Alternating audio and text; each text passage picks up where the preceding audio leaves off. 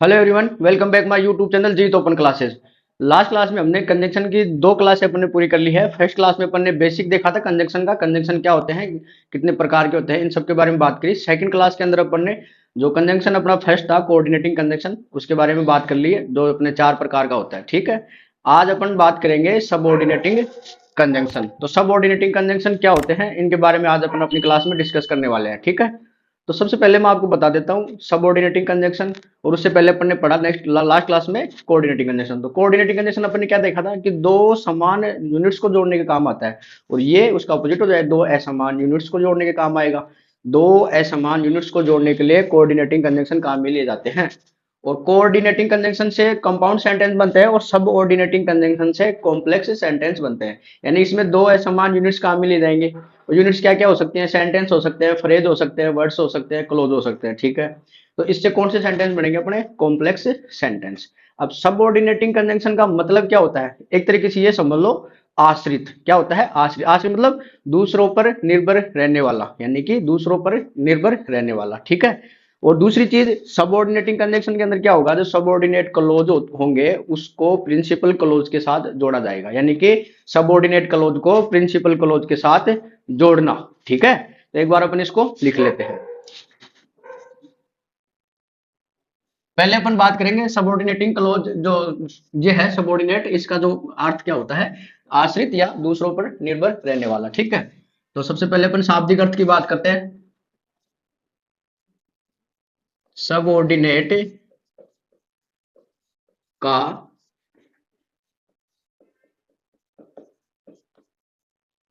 शाब्दिक अर्थ क्या होता है, आश्रित या दूसरों पर निर्भर, दूसरों पर निर्भर रहने वाला। ठीक है, ये ध्यान रखना आप। तो क्या आपने देखा, सबऑर्डिनेट जो वर्ड है उसका जो शाब्दिक अर्थ है वो क्या होता है, आश्रित या दूसरों पर निर्भर रहने वाला। अब सबऑर्डिनेट जो कंजंक्शन है वो कहाँ यूज किया जाता है, सबऑर्डिनेट क्लोज और प्रिंसिपल क्लोज को आपस में जोड़ने के लिए काम में लिए जाते हैं। तो अपन सेकंड लाइन लिखते हैं,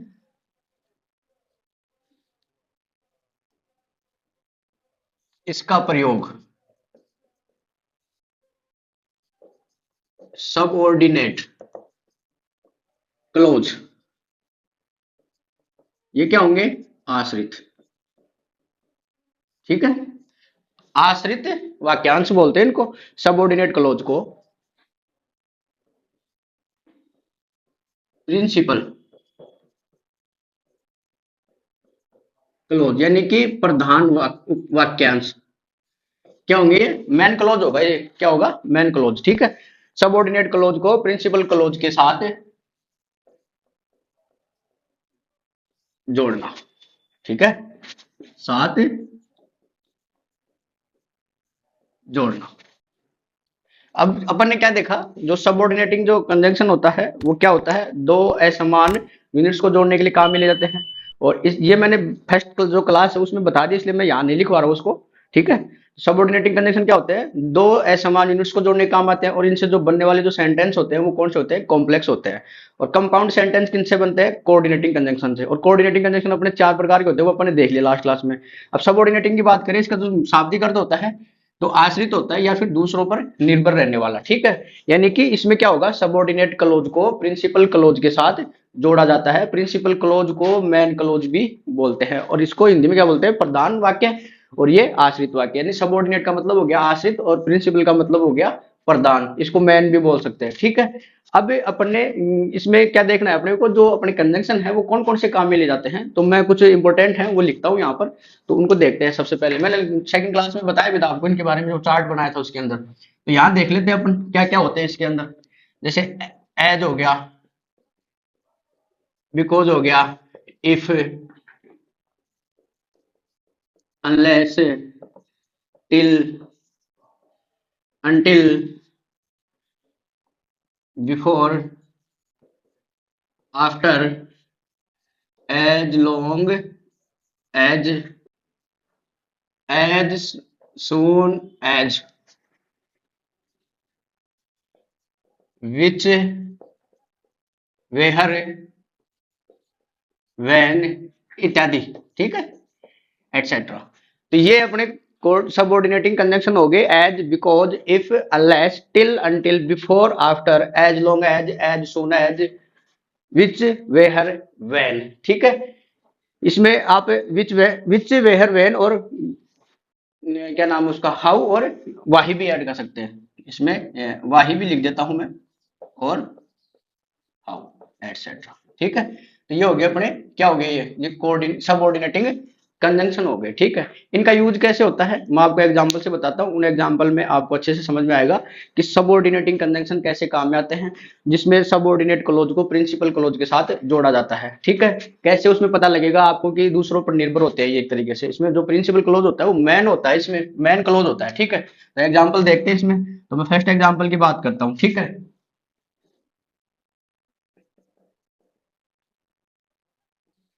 इफ ही कम्स, आई शैल गो, ठीक है। ये फर्स्ट एग्जांपल हो गया अपना यहाँ पर। इफ ही कम्स, यदि वह आता है, आई शैल गो, मैं जाऊंगा, ठीक है। अब ये देखो इफ ही कम्स, अब एक चीज ये देखो, जहां ये लगा हुआ है ना, ये है ना अपना यहाँ पर कंजंक्शन है, सबऑर्डिनेटिंग कंजंक्शन है। अब इसको पढ़ो, वह आता है, तो ये इसका क्या मीनिंग समझे आप, वह आता है क्या आता है, मतलब कुछ लग रहा है क्या इसमें, ये पूर्ण वाक्य है क्या, ये नहीं लग रहा। ये देखो इसको इतने को पढ़ो, आई शैल गो, मैं जाऊंगा, आई सेल गो, मैं जाऊंगा। तो क्या समझ में आ रहा है, ये हो गया अपना प्रिंसिपल क्लोज, क्या हो गया ये, प्रिंसिपल क्लोज हो गया, यानी कि मैन हो गया ये, इसका अकेले का मीनिंग निकल रहा है। प्रिंसिपल क्लोज का मतलब होता है पूर्ण अर्थ निकलता है इसका, ये अपने अर्थ के लिए दूसरे के ऊपर निर्भर नहीं करता। यानी कि ये जो हो गया प्रिंसिपल क्लोज, क्या हो गया ये, इतना इतना प्रिंसिपल क्लोज, या फिर इसको और क्या बोलते हैं अपन, मैन क्लोज, ठीक है। और ये क्या होता है, इंडिपेंडेंट होता है, क्या होता है ये, इंडिपेंडेंट होता है, यानी कि निर्भर नहीं रहता है ये, ठीक है। और ये हो गया अपना ही कम्स, वह आता है, इसका क्या मतलब हो गया, यानी कि ये तो निर्भर कर रहा है, वह आता है तो मतलब वह, यदि वह आता है तो मैं जाऊंगा। तो इसका जो मीनिंग है वो इसके ऊपर पूरी तरीके से निर्भर हो रहा है, इसी की वजह से इसका अर्थ निकल रहा है पूरा, वह वह आता है, क्या मीनिंग निकला इसका, कुछ समझ में नहीं आ रहा है, इसका पूर्ण मीनिंग निकला, यानी कि अपने अर्थ के लिए ये दूसरे के ऊपर निर्भर करता है, सबऑर्डिनेट जो अपना क्लोज है वो, ठीक है, सबऑर्डिनेट क्लोज, ठीक है। और ये क्या होता है, डिपेंडेंट होता है, ठीक। सबऑर्डिनेट क्लोज अपने अर्थ के लिए दूसरे के ऊपर निर्भर करता है, यानी कि प्रिंसिपल क्लोज के ऊपर निर्भर करता है, तो इसको अपन क्या बोलते हैं, डिपेंडेंट क्लोज, ठीक है। दूसरा जो प्रिंसिपल क्लोज होता है वह अपने अर्थ के लिए दूसरे के ऊपर निर्भर नहीं करता, एक तरीके से उसको सबऑर्डिनेट क्लोज की जरूरत नहीं है। प्रिंसिपल यानी मैन क्लोज हो गया अपना प्रधान वाक्य है ये, आई शैल गो, मैं जाऊंगा, इसका पूर्ण अर्थ निकल रहा है, यानी कि कंप्लीट सेंस है इसका, ठीक है। तो प्रिंसिपल क्लोज को अपन क्या बोलते हैं, मैन क्लोज, और इसको और क्या बोलते हैं, इंडिपेंडेंट क्लोज, ठीक है, समझ में आया। तो ये समझ लेना आप, सबऑर्डिनेट क्लोज को प्रिंसिपल क्लोज की जरूरत पड़ती है, प्रिंसिपल क्लोज को इसकी जरूरत नहीं पड़ती, ये अपने आप में पूरा है, ये अपने आप में पूरा नहीं है। और यहाँ पे अपना ये हो गया सबऑर्डिनेटिंग कंजंक्शन यूज हो रहा है, ठीक है। सेकंड एग्जांपल की बात करते हैं अपन, उसमें देखते हैं, ठीक है। I do not know where she lives, ये अपना यहाँ पर अपन ने सबऑर्डिनेटिंग कंजंक्शन यूज किया है, ठीक है। अब इसमें आपको पहचान करना है कि इसमें प्रिंसिपल क्लोज कौन सा है और सबऑर्डिनेटिंग क्लोज कौन सा है। तो एक जहाँ ये यूज हो रहा है सबऑर्डिनेट, उसके तरफ एक तरफ इसके साथ हो गया सबऑर्डिनेट और दूसरा हो जाएगा प्रिंसिपल, अब अपने को दोनों को पता करना है कौन सा है। अब इसका मीनिंग देखो, आई डू नॉट नो, मैं नहीं जानता, क्या नहीं जानता, इसका सेंस निकल रहा है क्या पूरा, कंप्लीट मीनिंग नहीं मिल रहा इसका, आई डू नॉट नो, मैं नहीं जानता, अब क्या नहीं जानता, ठीक है। तो ये क्या हो गया, इसका जो मीनिंग है वो किस पे निकलेगा, इसके ऊपर निकलेगा, सी लीव्स, वह रहती है, वह रहती है, इसका तो मीनिंग है ही कंप्लीट, कंप्लीट हो गया। तो प्रिंसिपल क्लोज, और प्रिंसिपल क्लोज को अपन क्या बोलते हैं, मैन क्लोज, ये इंडिपेंडेंट है, ठीक है। सी लीव्स, वह रहती है। अब इतना अपन बोल के देखो, इसको एक बार साइड में कर दो, ये जो इतना इतना है इसको एक बार आप छोड़ दो, उसको पढ़ के देखो, आई डू नॉट नो, मैं नहीं जानता, क्या नहीं जानते, समझ में आ रहा है क्या, आई डू नॉट नो, कोई मीनिंग निकला इसका पूरा, नहीं निकला। लेकिन अपन इसको इधर वाले को छोड़ दो एक बार, इसको इधर वाले को, सी लीव्स, वह रहती है, इसका तो मीनिंग निकल रहा है पूरा, सी लीव्स, वह रहती है। लेकिन अपने को इसमें ये समझना है कि सबऑर्डिनेट जो क्लॉज होते हैं उसका पूर्ण अर्थ नहीं निकलता, वो अपने अर्थ के लिए दूसरे के ऊपर निर्भर करता है। जो दूसरा होता है वो प्रिंसिपल क्लॉज। प्रिंसिपल क्लॉज तो अपने आप में पूर्ण अर्थ रखता है। सी लिव्स वह रहती है, आई डू नॉट नो मैं नहीं जानता वह कहाँ रहती है। ठीक है, समझ आएगा? तो ये हो गया अपना इधर सबऑर्डिनेट क्लॉज, और ये हो गया अपना मैन क्लोज। अब मैंने इनके बारे में पूरा डिटेल में नहीं लिखा है आपको यहाँ पे। आप जितना शॉर्ट पढ़ोगे, जितने एक्स्ट्रा चीजें पढ़ोगे, उतना टाइम खराब होगा। आपको समझने की जरूरत है इतना। प्रिंसिपल क्लोज होगा, स्वयं पे निर्भर करता है, खुद का पूरा अर्थ निकलता है, जिसको मैन क्लोज भी बोलते हैं। इंडिपेंडेंट होता है, ठीक है। सबऑर्डिनेट क्लोज क्या होते हैं? डिपेंडेंट होते हैं। किस पर होते हैं? प्रिंसिपल क्लोज भी होते हैं। ये अपने अर्थ के लिए दूसरे पर निर्भर करता है, ठीक है। इसका पूर्ण अर्थ निकलता है, ये अपने आप में पूरा है अर्थ के मामले में, और ये अपने अर्थ के लिए डिपेंड होता है किस पर? प्रिंसिपल क्लोज पर, ठीक है। तो ये दो सेंटेंस देखे अपन ने, ठीक है। एक और देख लेते हैं।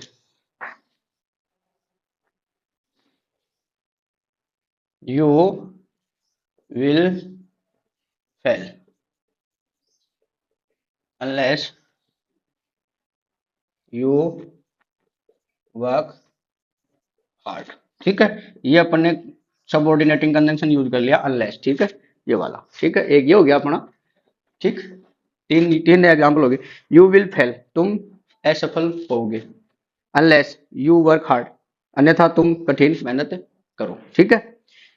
तुम फेल होगे, अब इसका क्या मीनिंग निकला? तुम फेल होगे, इसका कोई कंप्लीट मीनिंग निकल रहा है कि नहीं निकल रहा? यू वर्क हार्ड, तुम कठिन मेहनत करो, कि तुम कठिन मेहनत करो।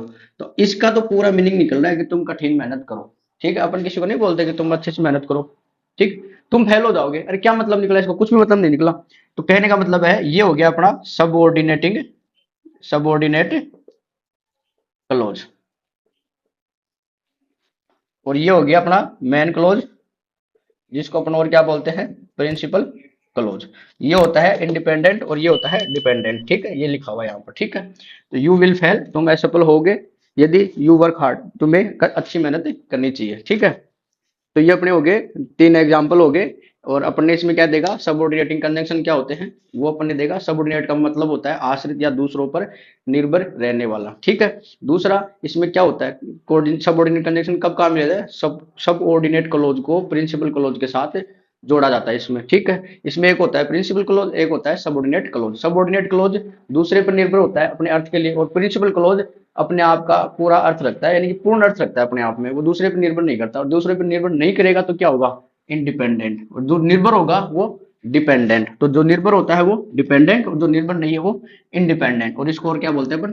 प्रिंसिपल क्लोज को मैन क्लोज बोलते हैं। तो ये हो गया इसका थोड़ा सा बेसिक। अब अपन बात करेंगे सबऑर्डिनेटिंग कंजंक्शन कितने प्रकार का होता है।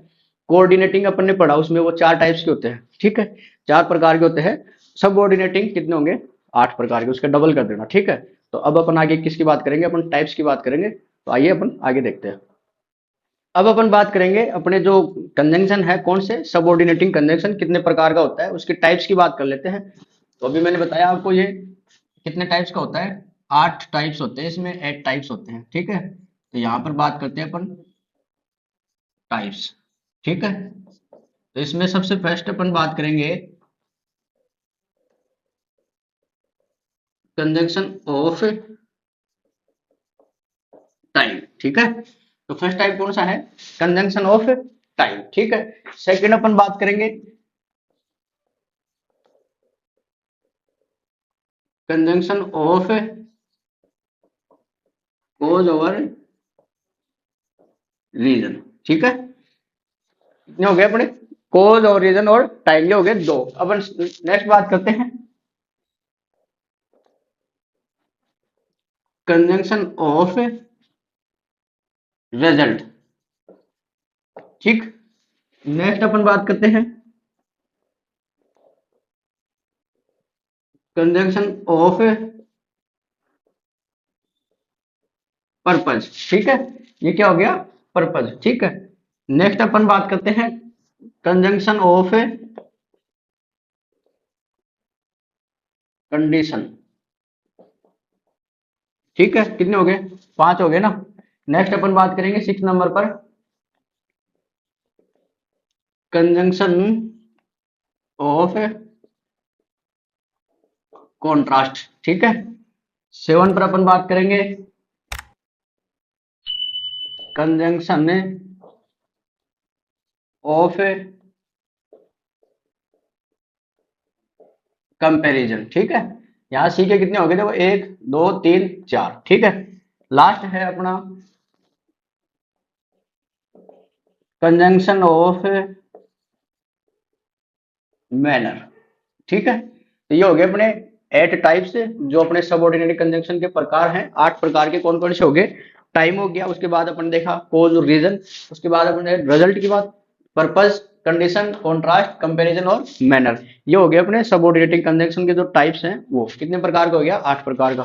कोऑर्डिनेटिंग कंजंक्शन में अपन देखे थे 4 प्रकार के, ठीक है। यहाँ कितने हो गए? 8 प्रकार के, ठीक है। तो अपन इनको बारी बारी से पढ़ेंगे एक एक को। तो मैं सबसे पहले बात करूंगा कंजंक्शन ऑफ टाइम की। तो ये क्या होता है, इसको पढ़ेंगे अपन सबसे पहले। तो सबसे पहले अपन शुरुआत कर लेते हैं यहीं पर, ठीक है। इधर देख चलो मैं आगे देखता हूँ। अपन बात कर रहे हैं फर्स्ट वाला जो है अपना कंजंक्शन ऑफ टाइम, ठीक है। कंजंक्शन ऑफ टाइम यानी टाइम से अपने को पता लग रहा है, जो समय के बारे में अपने को जानकारी मिलेगी, यानी कि टाइम को एक्सप्रेस करेगा, ठीक है। तो टाइम को एक्सप्रेस करने वाले कौन से कंजंक्शन होंगे अपने? Conjunction of time. तो यहां लिख लेते हैं वे कंजंक्शन जो एडवर्ब ऑफ टाइम को एक्सप्रेस करते हो, ठीक है। ज्यादा हार्ड कुछ नहीं है, इजी इजी है। इनके जो टाइप्स के जो नेम है उन्हीं से अपने को पता लग जाएगा कि ये कौन से क्या है, ठीक है। जैसे कंजंक्शन ऑफ टाइम, तो टाइम में टाइम की बात होगी, किसको शो करेंगे? ये टाइम को शो करेंगे। टाइम वाले कंजंक्शन कौन कौन से हो गए? यहाँ पर देखते हैं, देखो बिफोर हो गया, आफ्टर हो गया, टिल हो गया, अनटिल हो गया, ठीक है। और वेन हो गया, वेहर हो गया, इत्यादि, ठीक है। इसी के अंदर आगे, ठीक है। बिफोर, आफ्टर, टिल, अनटिल, और इसमें when, where, as soon as long as, ठीक है। ये सब हो गए। इनके अपन एग्जांपल की बात करेंगे।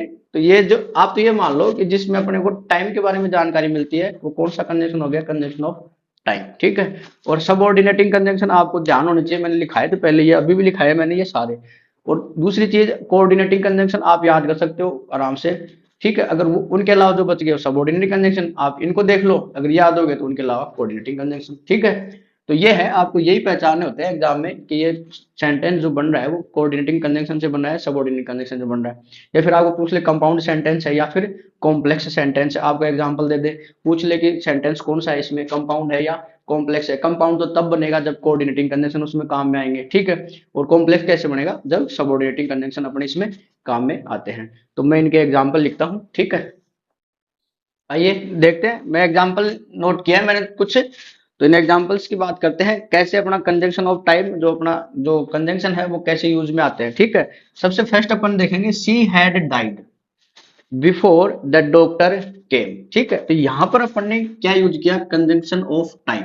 यानी कि कैसे, देखो इसका हिंदी समझोगे तब आपको समझ आ जाएगा। द डॉक्टर केम, डॉक्टर आया, बिफोर, पहले, सी हैड डाइड, वह मर चुकी थी।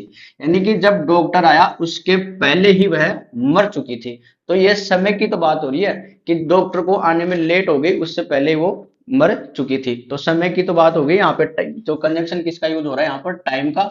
और ये किसको एक्सप्रेस कर रहा है? समय को एक्सप्रेस कर रहा है, यानी कि एडवर्ब टाइम को एक्सप्रेस कर रहा है, ठीक है।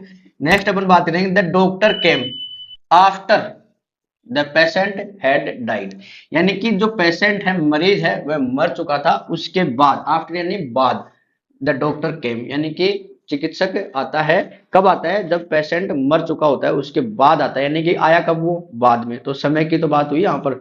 तो जो बिफोर और आफ्टर है वो कैसे यूज हो रहे हैं? कंजंक्शन ऑफ टाइम के अकॉर्डिंग यूज हो रहे हैं, ठीक है। नेक्स्ट अपन बात करते हैं, many things have happened since I सा यू, ठीक है। जब से मैंने तुम्हें देखा, ठीक है। मैनी थिंग्स हैव हैपेंड, बहुत कुछ हुआ। यानी कि यहाँ क्या बात हो रही है? जब से उसने उसको देखा है ना, उसके बाद बहुत कुछ चीजें बदल गई है, यानी बहुत कुछ चीजें हो गई है, तो यहाँ एक समय की बात हो रही है, एक टाइम की बात हो रही है कि उसने उसको देखा कब, जब उसने उसको देखा उसके बाद उसमें बहुत सारी चीजों में चेंज आ गया है, ठीक है।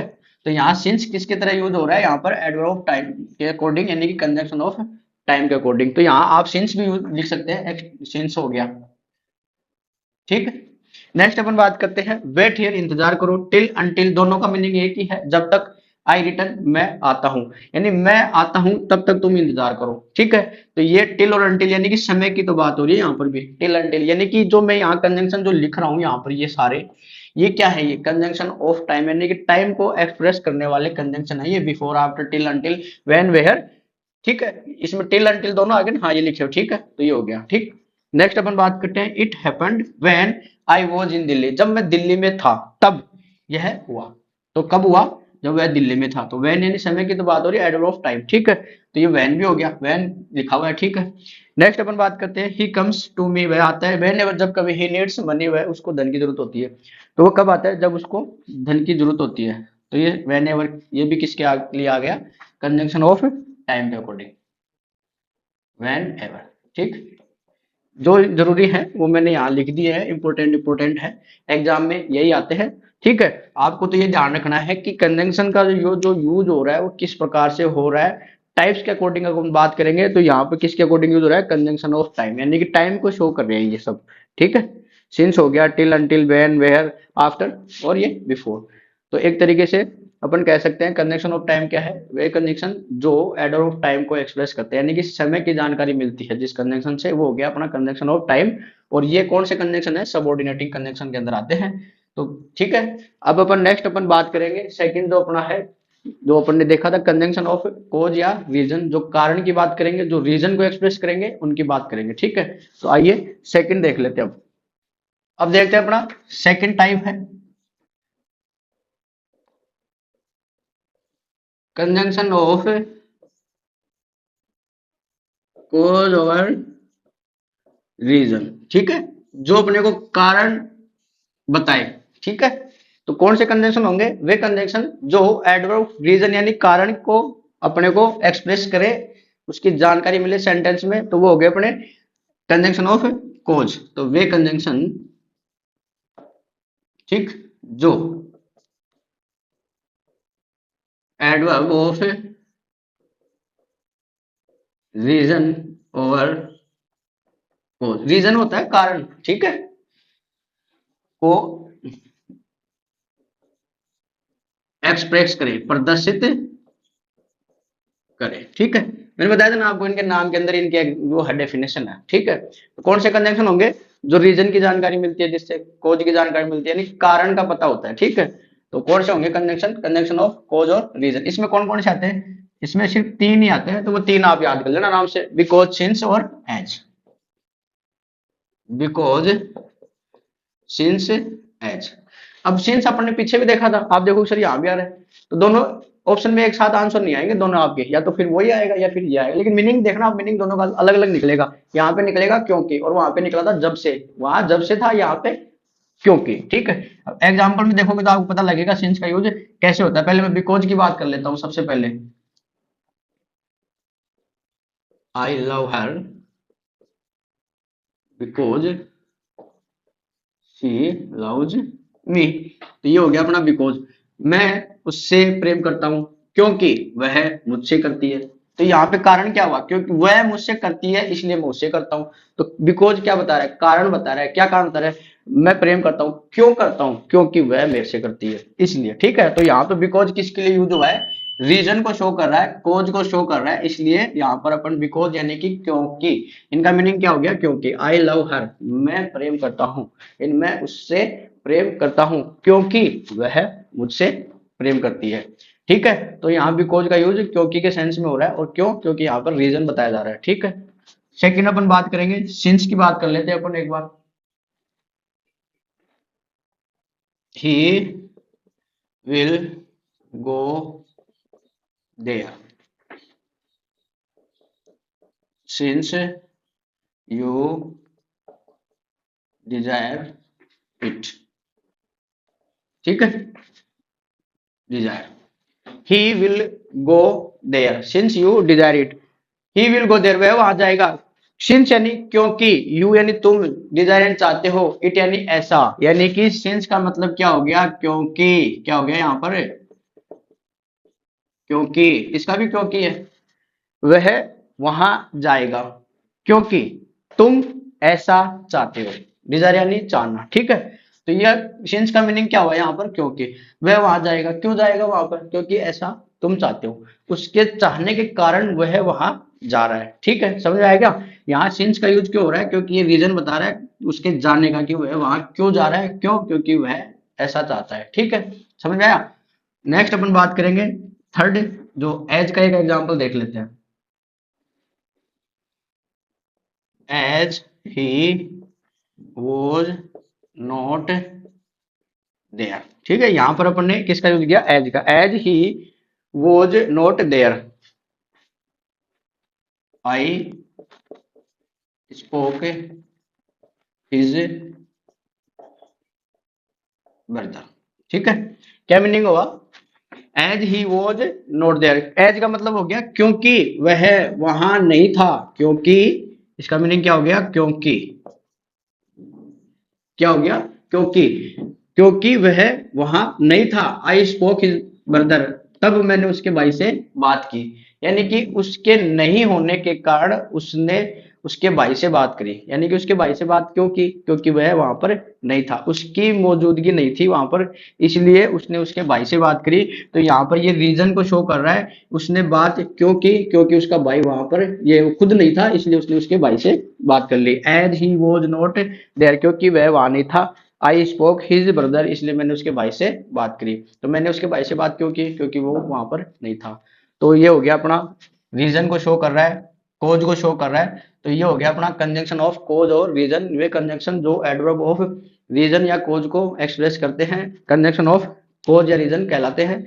और ये सबऑर्डिनेटिंग का जो सेकंड टाइप है, ठीक है। और इसमें अपने तीन है, ये ध्यान रखना, बिकॉज, सिंस और एज, ये इसके एग्जाम्पल हैं, ये ध्यान रखना, ठीक है। आज की क्लास में अपन दो ही पढ़ेंगे, नेक्स्ट क्लास में आगे के जो टाइप्स हैं उनकी बात करेंगे। आई होप आपको आज की क्लास समझ में आई होगी। अगर थोड़ी बहुत भी डाउट रहा तो क्लास को फिर से देखना, आपको जरूर समझ आएगी। क्लास को शेयर भी जरूर किया करें, लाइक जरूर कर लिया करें, ताकि हमें भी मोटिवेशन मिलता रहे वीडियो डालने के लिए, ठीक है। थोड़े दिनों से क्लासों में थोड़ा डिस्टर्ब चल रहा है, क्योंकि फैमिली फंक्शन चल रहे हैं इस वजह से, और शादियों का सीजन चल रहा है, इस वजह से थोड़ी क्लास डिले हो रही है, ठीक है। तो आज के लिए इतना ही, ठीक, नेक्स्ट क्लास में मिलते हैं, थैंक यू।